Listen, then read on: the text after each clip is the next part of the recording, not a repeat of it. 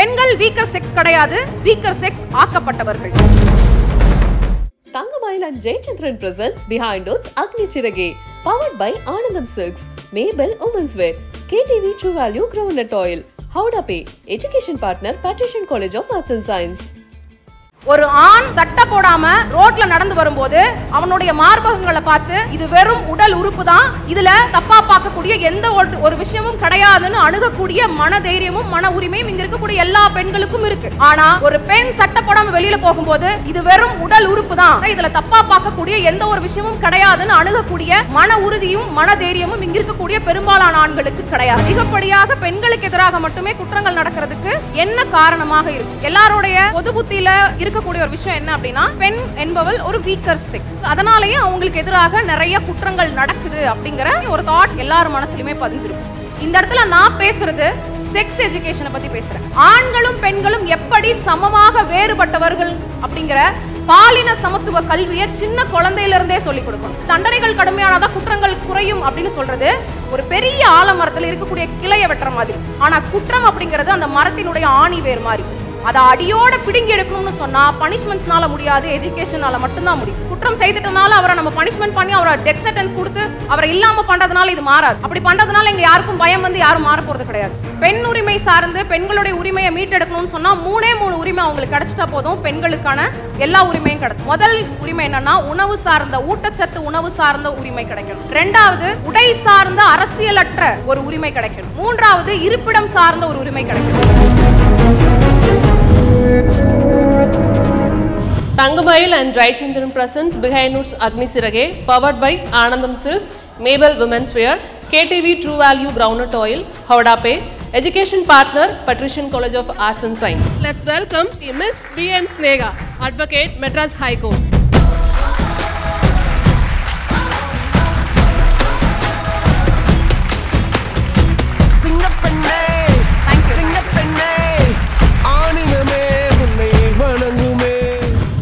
அனைவருக்கும் வணக்கம். March 8 women's day. இந்த விமன்ஸ் டே நமக்கெல்லாம் எப்படி தெரியும் அப்படின்னா, பெண்களுக்கான ஒரு நாள், பெண்களை கொண்டாடக்கூடிய ஒரு நாள்.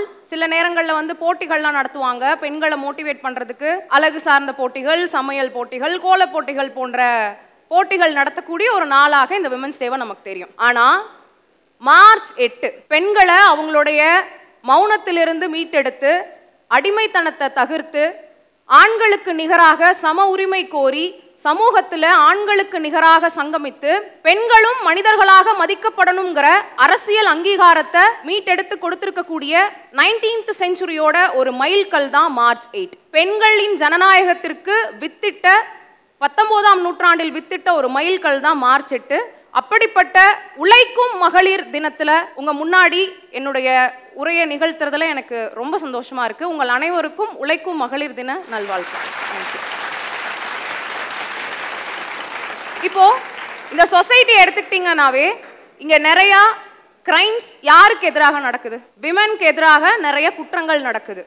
முதல்ல கிரைம் அப்படின்னா என்னன்னா, சட்டத்துல சொல்லப்பட்டிருக்கக்கூடிய விஷயங்களை செய்யணும்னு சொல்லியிருக்கிற விஷயத்தை செய்யாம போறதும், செய்யக்கூடாதுன்னு சொல்லியிருக்கிற விஷயத்தை செய்யறதை தான் நாம கிரைம் அப்படின்னு சொல்லுவோம். இப்போ நீங்க உங்களுக்கு தெரியும், ஒரு குற்றம் நடக்குதுன்னு சொன்னா அந்த குற்றம் வந்து கோர்ட்ல விசாரிக்கப்படும், அதன் பிறகு குற்றவாளிக்கு தண்டனை கிடைக்கும். இது உங்களுக்கு தெரிஞ்ச விஷயம். என்னென்ன மாதிரி பனிஷ்மெண்ட்ஸ் கிடைக்குங்கிறது உங்களுக்கு தெரியும். ஃபைன் கிடைக்கலாம், இல்ல இம்ப்ரிசன்மெண்ட் கிடைக்கலாம், இதெல்லாம் நடக்கும். ஆனா முன்னாடி காலத்துல எப்படி தெரியுமா பனிஷ்மெண்ட்ஸ்லாம் இருந்தது?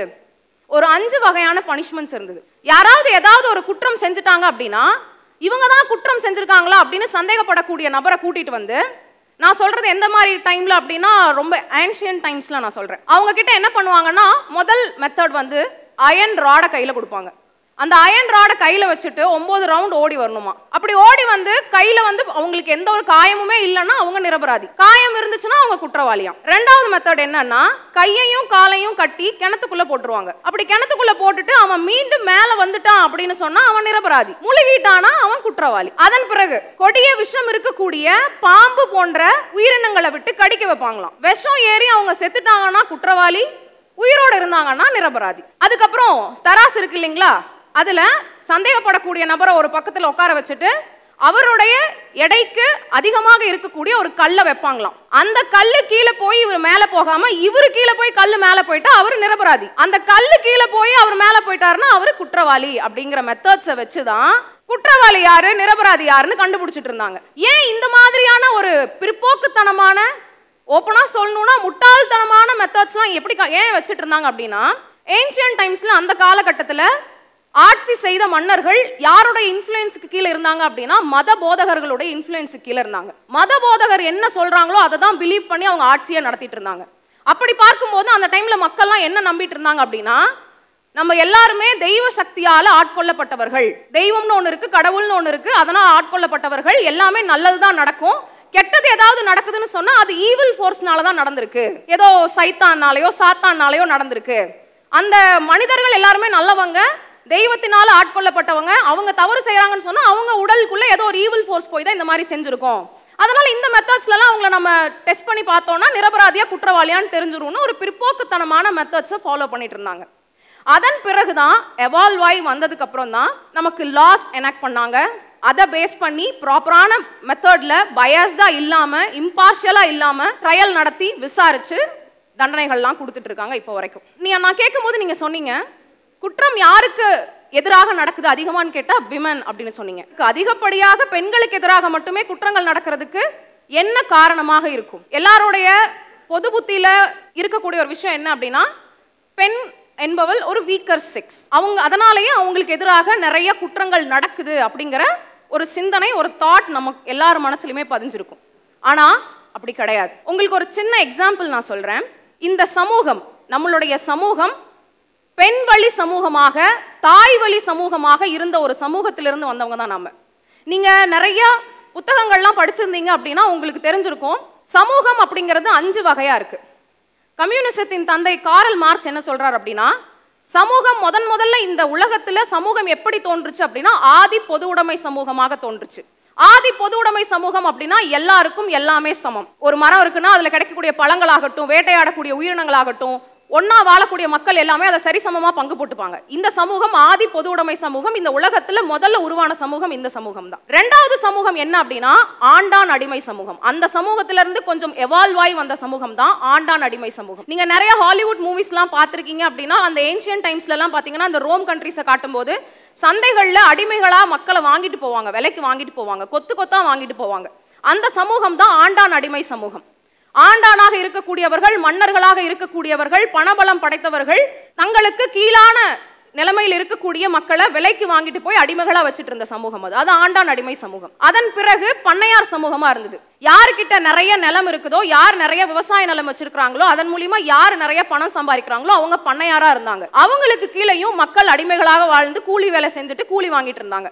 இது பண்ணையார் சமூகம். அதுக்கடுத்து எவால்வாய் வந்த சமூகம் தான் இப்ப நம்ம இருக்கக்கூடிய சமூகம். என்ன சமூகம்? முதலாளித்துவ சமூகம், கேபிட்டலிஸ்ட் சொசைட்டி. இந்த முதலாளித்துவ சமூகம் லாப நோக்கத்தோடு ஓடிக்கொண்டிருக்கக்கூடிய ஒரு சமூகத்துல தான் நம்ம இருக்கிறோம். இந்த சமூகம் எவால்வாயி கடைசியா என்ன மாதிரி ஒரு சமூகமா போய் முடியும் அப்படின்னா கம்யூனிச சமூகமா முடியும்னு காரல் மார்க்ஸ் சொல்றாரு. கம்யூனிசம்னா எதுவும் இல்ல, எல்லாருக்கும் எல்லாமே கிடைக்கணும், எல்லாரும் சமமாக இருக்கக்கூடிய சமூகத்தை தான் கம்யூனிச சமூகம்னு சொல்லுவோம். இப்படி சமூகம் எவால்வாய் வருது இல்லைங்களா? நான் சொன்ன ஆதி பொது உடைமை சமூகம் இருக்கு இல்லையா, முதல் சமூகம். அந்த சமூகத்துல நம்ம மக்கள் எல்லாமே காடுகள்ல வாழ்ந்தாங்கன்னு நம்ம வச்சுக்கலாம். அப்போ ஒரு குடும்பம் இருக்குதுன்னு சொன்னா அதுக்கு தலைமை தாங்கக்கூடியது அந்த வீட்டில் இருக்கக்கூடிய பெண்ணாக தான் இருந்தாங்க.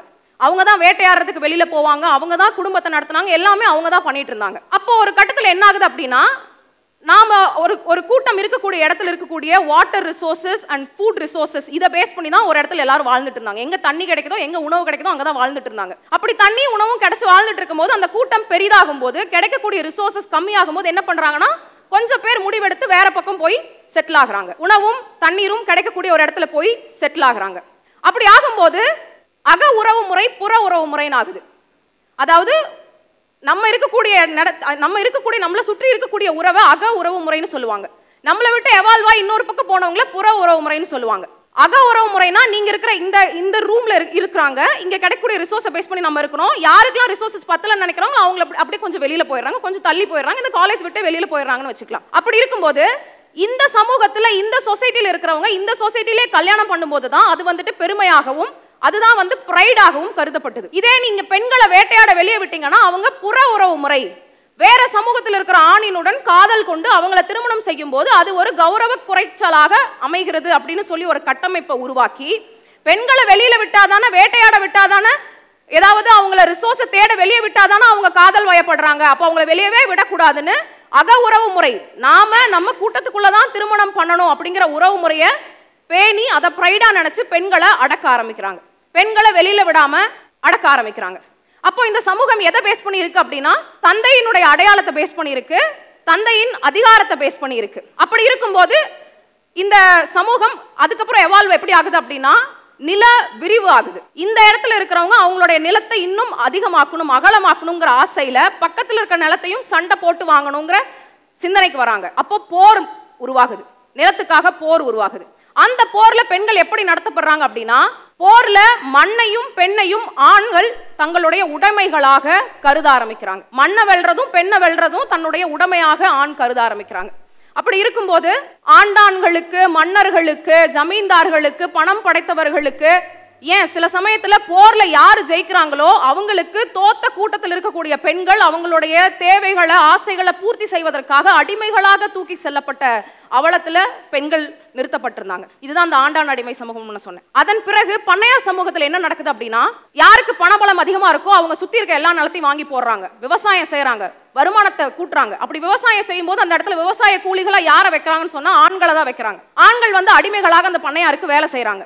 அப்ப பெண்கள் என்ன ஆகுறாங்கன்னு சொன்னா, பிள்ளை பெற்றுக் கொடுக்கக்கூடிய, வீட்டை பராமரிக்கக்கூடிய ஒருவராக பெண்ணை உருவாக்குறாங்க.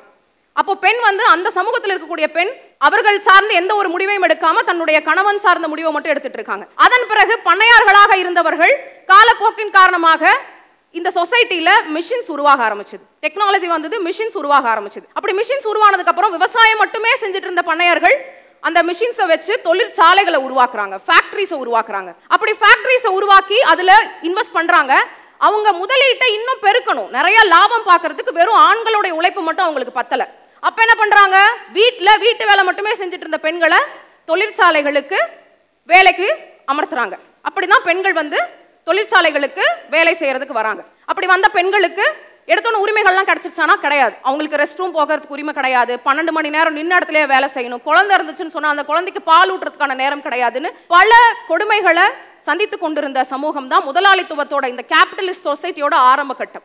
அப்படிப்பட்ட போராட்டங்கள்ல, அப்படிப்பட்ட ஒரு கொடுமைகளை அனுபவித்த உழைக்கும் மகளிர் தான் எங்களுக்கான உரிமைகளை நாங்க மீட்டெடுக்கணும், பெண்களுக்கான உரிமையை நிலைநாட்டணும்னு சொல்லி முதலாளி வர்க்கத்திற்கு எதிராக போராடி வேலை நேரத்தை குறைத்து உழைக்கும் மகளிருக்கு அந்தந்த இடத்துல, உழைக்கக்கூடிய இடத்துல அவங்களுக்கு என்னென்னலாம் பெனிஃபிட்ஸ் கிடைக்கணுமோ, என்னென்னலாம் ப்ரிவிலேஜஸ் கிடைக்கணுமோ அதை மீட்டெடுத்து பெண்களுக்கு ஓட்டு போறதுக்கான உரிமையும் இருக்குதுன்னு சொல்லி மீட்டெடுத்து கொண்டு வந்த வரலாறு தான் நம்ம மார்ச் 8 மகளிர் தினமாக கொண்டாடுறோம். அதனால தான் நான் சொல்லும் போதே சொன்னேன், மார்ச் 8 மகளிர் தினம் கிடையாது, அது உழைக்கும் மகளிர் தினம். உழைக்கும் மகளிரால பெண்களுக்கான உரிமைகள் மீட்டெடுக்கப்பட்ட தினம் தான் மார்ச் 8. இதுதான் பெண்களுடைய நிலைமை ஒவ்வொரு பக்கம் வருது. இப்போ நான் சொன்னேன் இல்லைங்களா, பெண்கள் வீக்கர் செக்ஸா நம்ம பார்க்கப்படுறோன்னு. பெண்கள் வீக்கர் செக்ஸ் கிடையாது, வீக்கர் செக்ஸ் ஆக்கப்பட்டவர்கள். ஏன் அப்படின்னா, இப்போ என்கிட்ட 2 கை இருக்கு, என்னோட எல்லா வேலையுமே நான் ரைட் ஹேண்ட்ல தான் செய்வேன், நான் ரைட் ஹேண்ட்ல தான் எழுதுவேன், ரைட் ஹேண்ட்ல தான் மிஷின்ஸ் ஆப்ரேட் பண்ணுவேன், எல்லாமே நான் ரைட் ஹேண்ட்ல தான் பண்ணுவேன். இப்போ என்ன திடீர்னு வந்து லெஃப்ட் ஹேண்ட்ல நீங்க மிஷின் ஆப்ரேட் பண்ணுன்னு சொன்னா என்னால பண்ண முடியாது, லெஃப்ட் ஹேண்ட்ல என்ன நீ எழுதுங்கன்னு சொன்னா என்னால எழுத முடியாது. ஏன் எழுத முடியாது?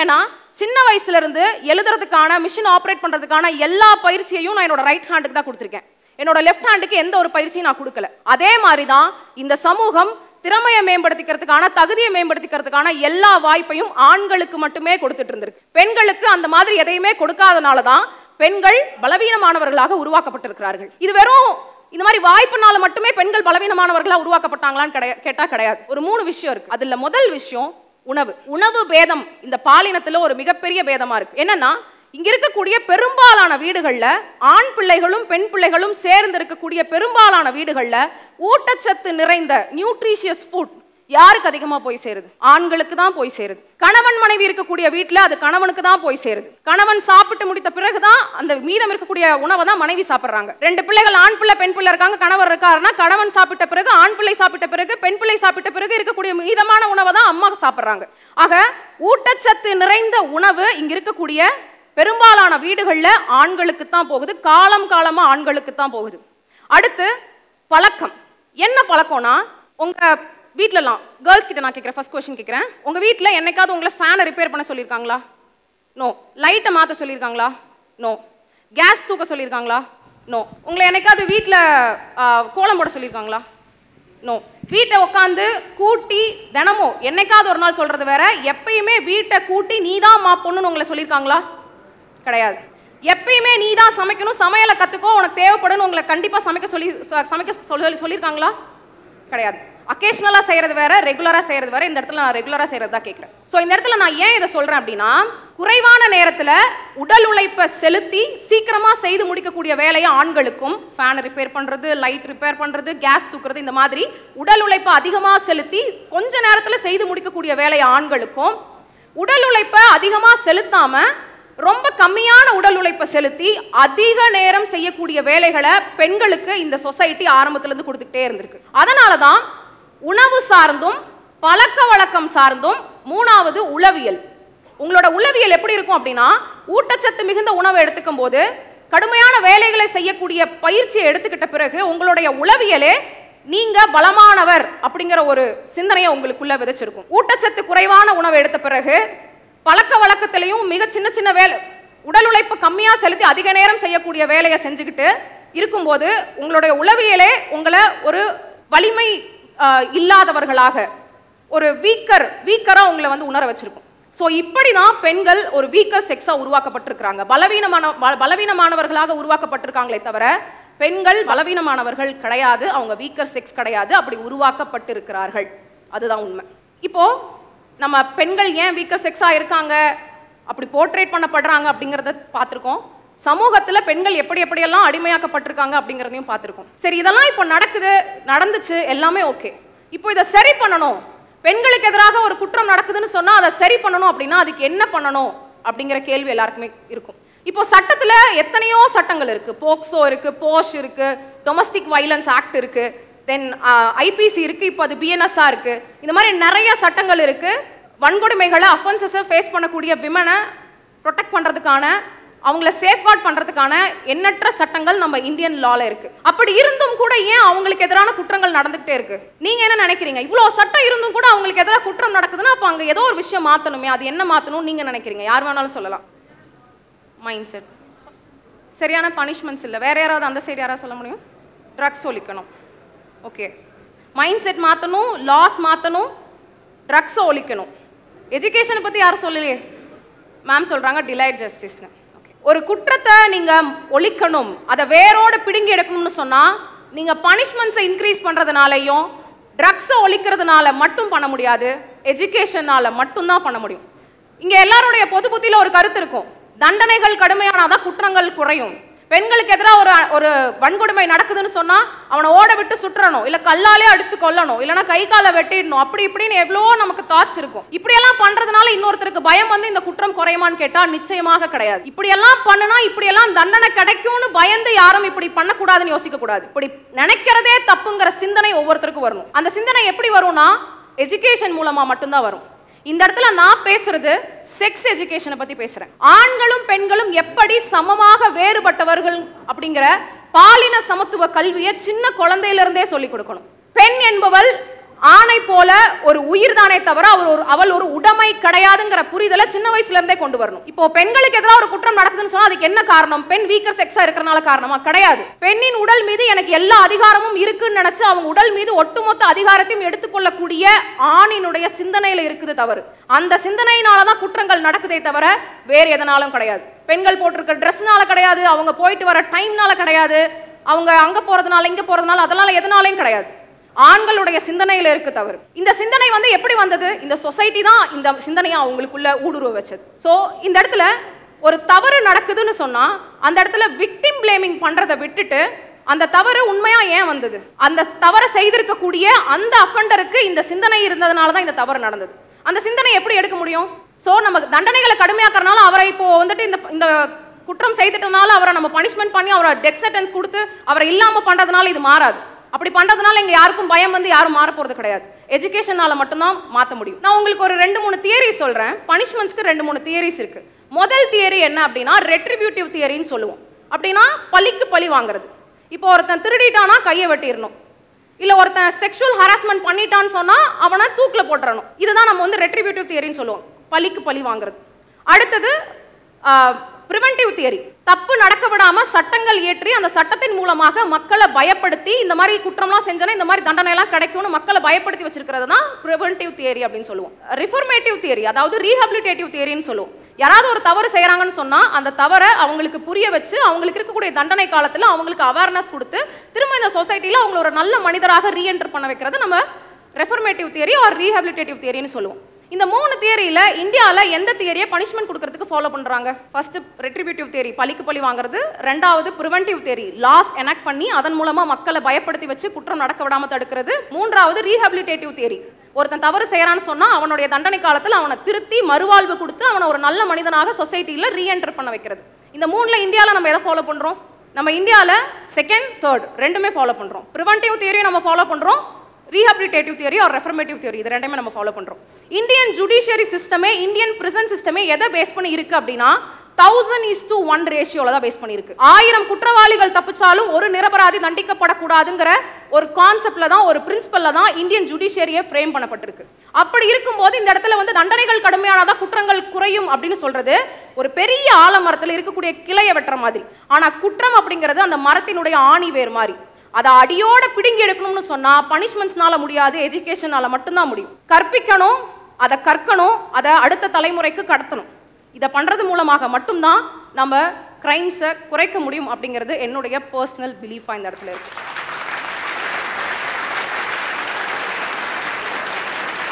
இறுதியா ஒன்று மட்டும் சொல்லிக்கிறேன்.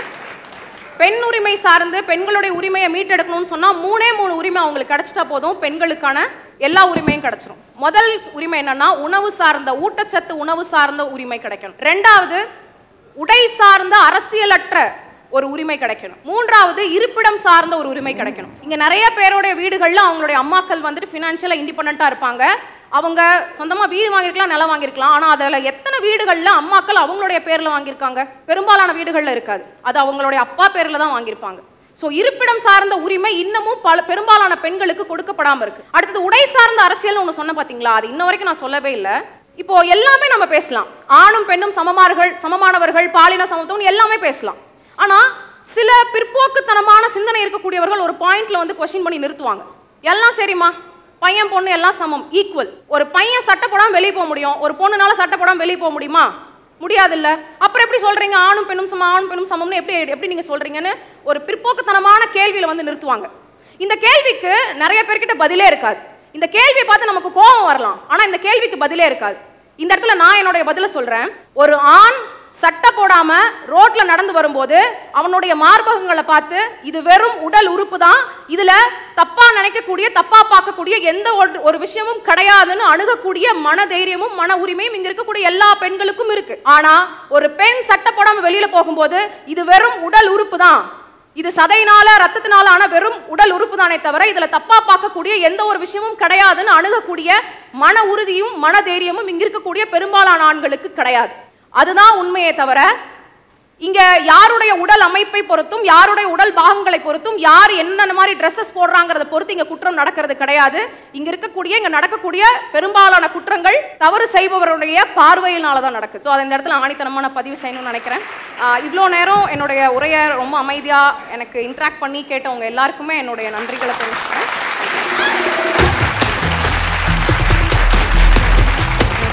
Present a memento for B.N. Snega. I invite Dr. Aragyasamy Geeta Rafus from Patrician College.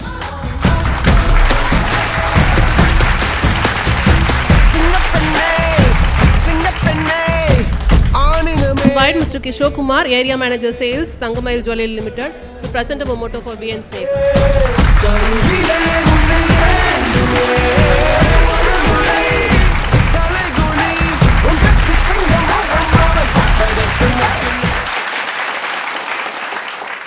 Behind Noods Agni Sirage, title sponsor Thangamayil, இப்போது டி நகர் உஸ்மான் ரோட்டில் தங்கம் வாங்க தங்கமயிலுக்கு வாங்க. அண்ட் ஜெயச்சந்திரன் இங்கு எல்லாமே இருக்கு, நல்லாவே இருக்கு. Tambaram Pallikaranai T Nagar. Powered by Anandam silks, அழகாய் ஆனந்தமாய் Anandam silks. Mabel women's wear, weaving Indian art culture and fashion. KTV true value ground oil, பாரம்பரியமான சுவையான புது அறிமுகம் KTV true value ground oil. And ஹவுடா pay, your trusted payout partner. Education partner, Patrician College of Arts and Science.